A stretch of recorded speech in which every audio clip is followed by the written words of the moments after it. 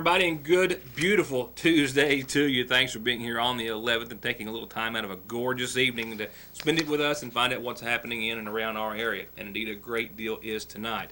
A significant drug seizure today on Parkway Drive in Saggersville. Two dispatchers making headlines, one for being jailed on the job, one for taking the call of a lifetime on the job. And the Paintsville City Council last night addressed, among other things, cleaning up in the city and how, or the lengths that they are going to go to get businesses and residents to clean up around their property and elsewhere. As well as a councilman pushing for alcohol sales on Sunday. All that and much more on tonight's program. Your weather forecast and some rain therein, and of course a lot on your calendar and elsewhere. We'll begin with one of our top headlines tonight, where the investigation is still ongoing into an afternoon traffic stop in Saggersville on Parkway Drive by the Magoffin County Sheriff's Department that has so far netted a significant amount of cocaine, meth, and other drugs and paraphernalia and cash, and so far 3 arrests. Was the scene at almost exactly 3 o'clock this afternoon after a traffic stop on Parkway Drive at the behest of the Magoffin County Sheriff's Department netted 3 arrests. On scene were Magoffin County Sheriff Carson Montgomery and Deputy Neil Adams when I arrived, both at that time searching a vehicle after they had pulled 3 occupants from it and detained them as they conducted their investigation. While on scene, it was still obviously a fluid investigation, but the sheriff could confirm that so far they had already found a significant amount of drugs. Routine traffic stop, dead tags on the vehicle. Turned out we're probably going to have 3 subjects in custody here. Numerous amount of drugs we believe to be cocaine, meth, possibly some prescription pills, other drug paraphernalia. It's just going to take a while to sort it out and see what we have out here. At last report, just after the 5 o'clock hour, they were still conducting their investigation, and the 3 had not been booked into the Big Sandy jail as of yet. However, I have received an update and confirmation from the sheriff that the items did field test positive for cocaine and for methamphetamine. The amount unknown as of yet, but definitely a significant quantity, as I was told. And I've also received this image depicting so far what has been seized from the 3 individuals. A picture that shows several containers of coke, meth, syringes, cash, prescription pills, and a host of other items. One of the individuals also had a concealed weapon on his person at the time. There appears to be some scales and other drug paraphernalia and items as well. That's all I have for now, but tomorrow we'll have a list of the individuals, a list of charges, and further details. I can tell you right now that it appears as though the male and female, which were standing outside the vehicle, are Johnson County residents or had a Johnson County address, both with the last name Price. A third individual was already placed in the back of a cruiser. His identification is not known by us at this hour, but once again, a follow-up tomorrow. In other news, 2 dispatchers, as I said earlier, are making headlines tonight. One for taking the call of a lifetime. We'll get to that in just a few seconds in that presentation. But the other making headlines for being taken off the job just yesterday in Martin County for being under the influence of drugs. A woman whose job charges her with saving and protecting the lives of police and EMS and the community has been charged herself. This after the Kentucky State Police were called yesterday to the Martin County 911 Dispatching Center. It was there that they were asked to assist with an investigation into an employee that appeared to be under the influence of drugs.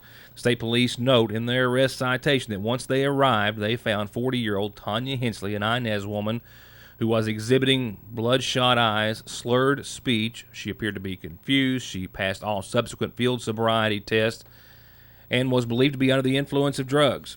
She did tell authorities, says the citation, that she was prescribed pain medication, although she couldn't recall or give them the exact kind, for a broken toe.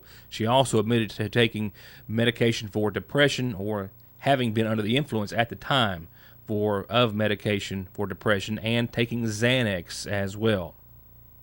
She was taken from the job and taken to jail. We've also confirmed that she has since resigned from her post, once again facing thus far a single charge of public intoxication by the Kentucky State Police. And while it was the Kentucky State Police who made that arrest, it is a Kentucky State Police dispatcher that will be showing you in just a few moments as he describes the call of a lifetime while he was on duty. I'll be right back. Satisfy your hunger and get a great deal on some famous home cooking at your Saggersville Lee's Famous Recipe, where we started the under $5 daily specials. On Wednesdays, it's our 3-piece dinners, famous crispy or roast, any way you like it. Get a leg thigh and a wing, 2 sides and a biscuit for only $4.99 or $3.99 after 4 o'clock, and you can get a breast thigh and a leg for just $1 more. All at Where We Cater, gatherings big or small, your Saggersville Lee's. A lot of ground covered in last night's regular session of the Paintsville City Council, where one councilman is still pushing for Sunday alcohol sales, and where the mayor and council, among other items, are pushing for a cleaner environment in the city. The City Council addressed and approved a request from the Johnson County Senior Citizens Center for an increase in their contribution from $55,240 annually to $57,240, a $2,000 increase, those funds matched by the Johnson County Fiscal Court. The mayor asked to appoint Mike Short to a vacant Paintsville Tourism Commission seat and was given approval, as well as Jimmy Wright to a vacant Utilities Commission seat. The council then approved the first reading of the ordinance setting the sewer and water rates an increase for average customers that we've already covered extensively. Those using 5,000 gallons a month, an increase of $2.97 to their water bill and 80 cents a month for their sewage bill, a total increase of $3.77 a month. The council accepted the low bid by Boca Enterprises for some Paintsville utilities projects and approved the bid of $27,900 for an 03 ambulance to be purchased by the City Ambulance Service. Followed by discussion from the council, in which Councilman Justin Lewandowski, for the second time, brought up to the council the proposal of Sunday alcohol sales in Paintsville to attract restaurants and generate growth. I mean, we need to do something. Whatever we got going on right now is not working. And I just really think that this needs to happen. Lewandowski referenced that a great many sporting events throughout the year happen on Sundays as additional reasoning for requesting or asking that the City Council look into alcohol sales on Sunday, for which the council was somewhat divided, with at least one other member in support of it and at least one, and maybe possibly others, not. Stuff here for for people to do. I mean, that's another thing. I mean, when these industries come in here, want to invest in Paintsville, they want to see that their employees have something to do. I worked for Schlumberger, and Paintsville always got passed up because it was dry at the time. So that's why we opened up in Prestonburg, Martin County, and that's what that's what we got to drive towards. We got to get people here, and that's the only way we're going to sell ourselves, I believe. I hope we don't have to depend on alcohol to sell ourselves. I'm going to say that's something that, I mean, restaurants are important, but I mean, and I've preached this all along, jobs are the most important thing we gotta have here. I don't care, that's to build our economy, you gotta have jobs. And, and jobs, we gotta have some high paying jobs too, like we're doing out at the Entrepreneur Center and so forth. And most people that I've heard make comments about this, people I've talked to, they don't agree with it. So I don't agree with it. So, I mean, that's just my take on it. Most people that choose to have an adult beverage and choose to have one on Sunday, they'll purchase their drinks on Saturday anyway. I just think that's an opinion of mine at home. So, I'm on record as supporting it. While there was some further discussion on the matter, there was no official action taken on behalf of anyone on the council or by the mayor. The mayor did, however, during the meeting announce the citywide cleanup, a reminder that it will be held next week, the 17th through the 21st. That's a one-time pickup opportunity to get all those large items out to the curb that you can't put out in your daily garbage, with the only request being that you make it a one-time thing, put everything out there at once, and then call City Hall ahead for pickup at 789-2600. And on the topic of cleaning up the city of Paintsville, Mayor Runyon also stressed other cleanup efforts, saying the city was just going to have to take a stand on the issue. Now, I would like to also add that we as a council and the city mayor, we are going to try to get something in the process that we want abandoned properties cleaned up. We want to make sure that if you own a tenant building that your tenants understand they cannot throw their trash over the hill. We want to make sure that our streets are clean, and we as a council are going to take a strong stand on this, that we want to make sure that our city is cleaned up, and we will also be contacting people who own buildings downtown, and it's their responsibility for keeping their storefronts clean and up to date, and also their store rears clean and up to date. Personally, I don't like coming in on Veterans Bridge and seeing the backside of those stores looking like they are. Now, I'm not trying to be difficult here by any means, but if we want this city to be presentable, then we're going to have to take a stand and make sure these things are done. Good deal.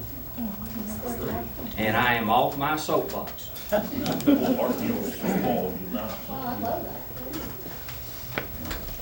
I need a motion to approve. The council later approved a first reading, an amendment to the Tourism and Convention Commission ordinance to give the city more leeway, if you will, in collecting taxes owed to them by restaurants with fines and liens. Several items were stipulated in the ordinance, one of those being that the maximum of the restaurant tax, or tourism tax, if you will, a maximum of 45% could be designated to go to the Paintsville Golf Course for maintenance and upkeep. Our original ordinance, we didn't have much teeth to be able to enforce people that are not or do not pay their taxes. This will at least give us some, a little more bite to be able to make sure that we get the taxes in that the city deserves. And on the subject of the golf course, Councilman Tommy Daniels questioned how the golf board had raised green fees if all monetary decisions by statute are supposed to be made by the city council, with Mayor Runyon saying that he would review the ordinance and report back. I'll report back with some more headlines right after a few words from a few of our sponsors. Hi, I'm Attorney Jeff Lovely. At my law office, we're determined to offer you and your family outstanding, cost-effective, and responsive legal services. I can help you if you've been injured in a car wreck. I'll be in your corner if you have a DUI or other criminal charges. You can file bankruptcy and stop those harassing phone calls, or I'll fight for you and your children in divorce and custody cases. For all your legal services, contact me when it matters. In Syersville at 349-4522, and West Liberty at 743-1965.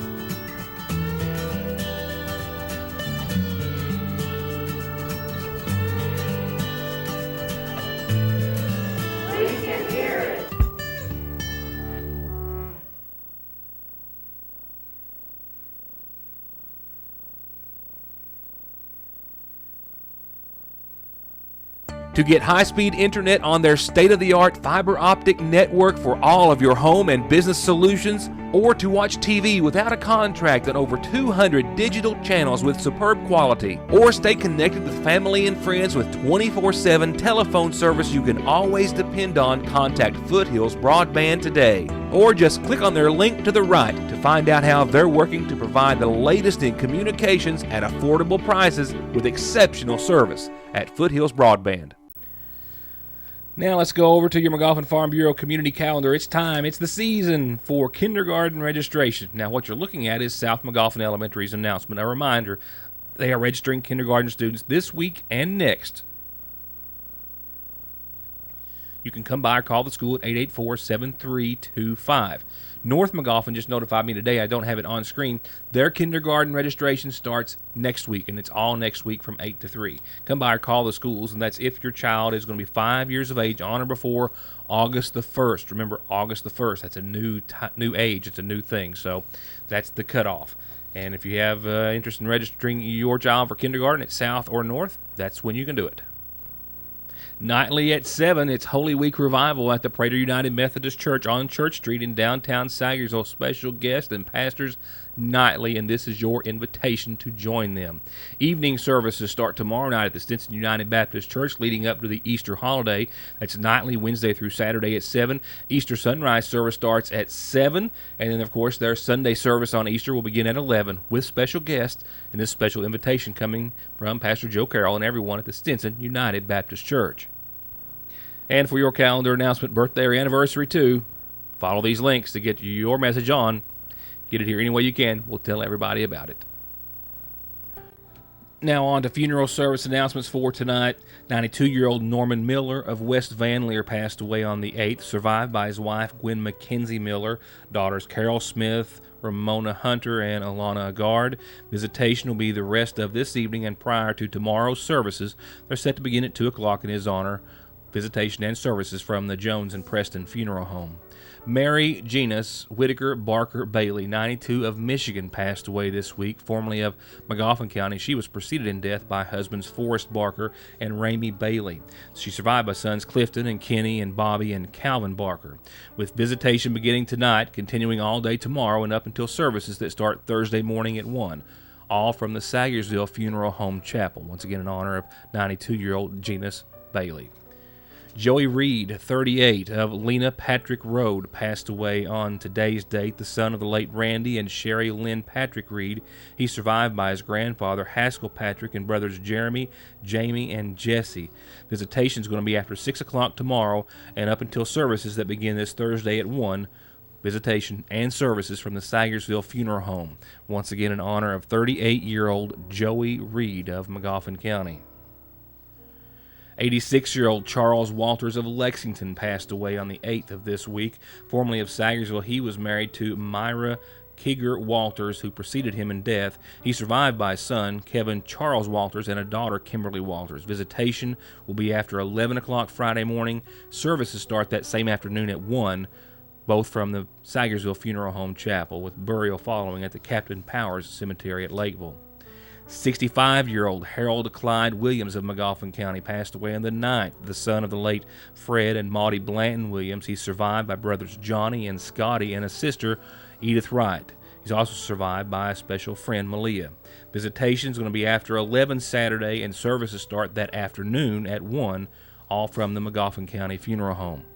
And I've just received word of the passing of 77-year-old Kermit Howes of Saggersville. He passed away earlier today, and I'm told arrangements are incomplete at this hour, but to be announced soon by the Magoffin County Funeral Home.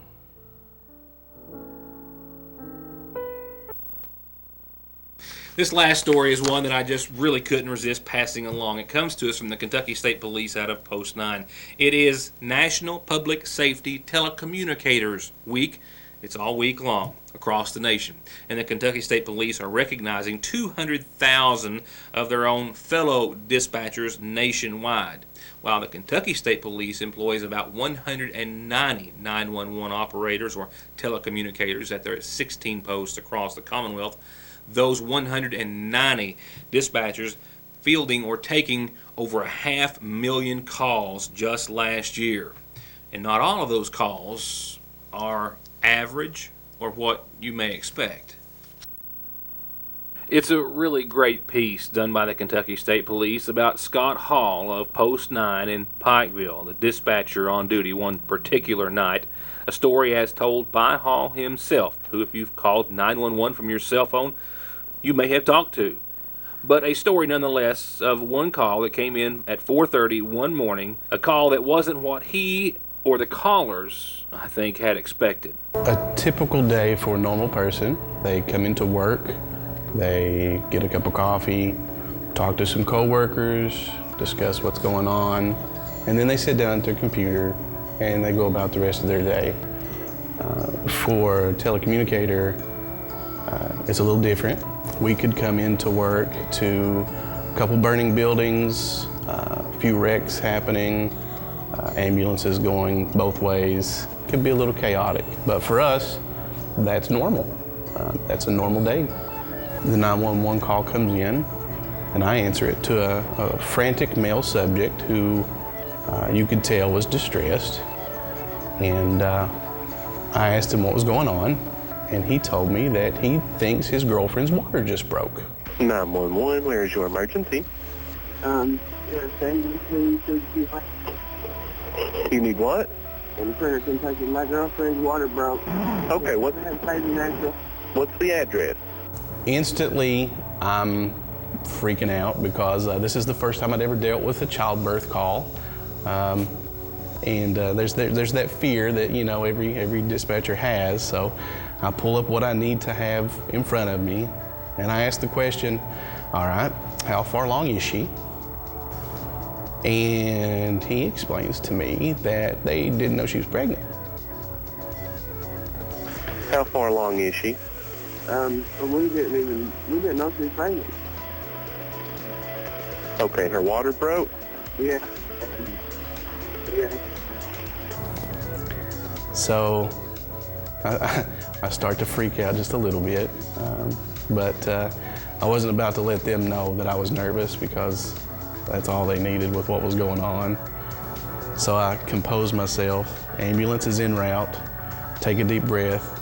I go back to this male subject and check on him to see how things are going, let him know the ambulance is heading that way, and I ask him the next question of, can you see any part of the baby? And he explains to me, yeah, I believe I see the head. She's having the baby right now. Okay, you got me on speakerphone? Yeah, I got that speakerphone. Okay, has the baby been born yet? Is it completely out? Okay, can you see part of the baby yet? Yeah. Okay, what part can you see? Okay, the head is coming out? Yeah. So things escalated quickly from there.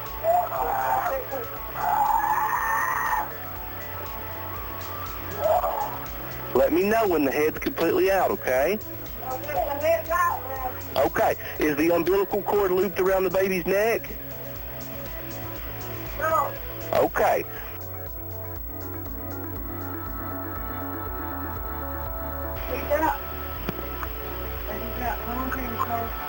Is the baby out? At the end of that phone call, when everything was said and done, mother and baby were being loaded up in the ambulance, and everything was good. The feeling of, I don't know how to put it into words, really. I mean, it was just, I felt really good. I mean, as a telecommunicator, unfortunately, part of the job, we have to deal with death. People die on us, not always happy, but delivering the baby, hearing that baby cry, knowing that everything was going good, knowing that they were en route to the ambulance or to the hospital, it was a really good feeling. I mean, it was the best phone call I've had to take because it was the most positive phone call I took. It was really good.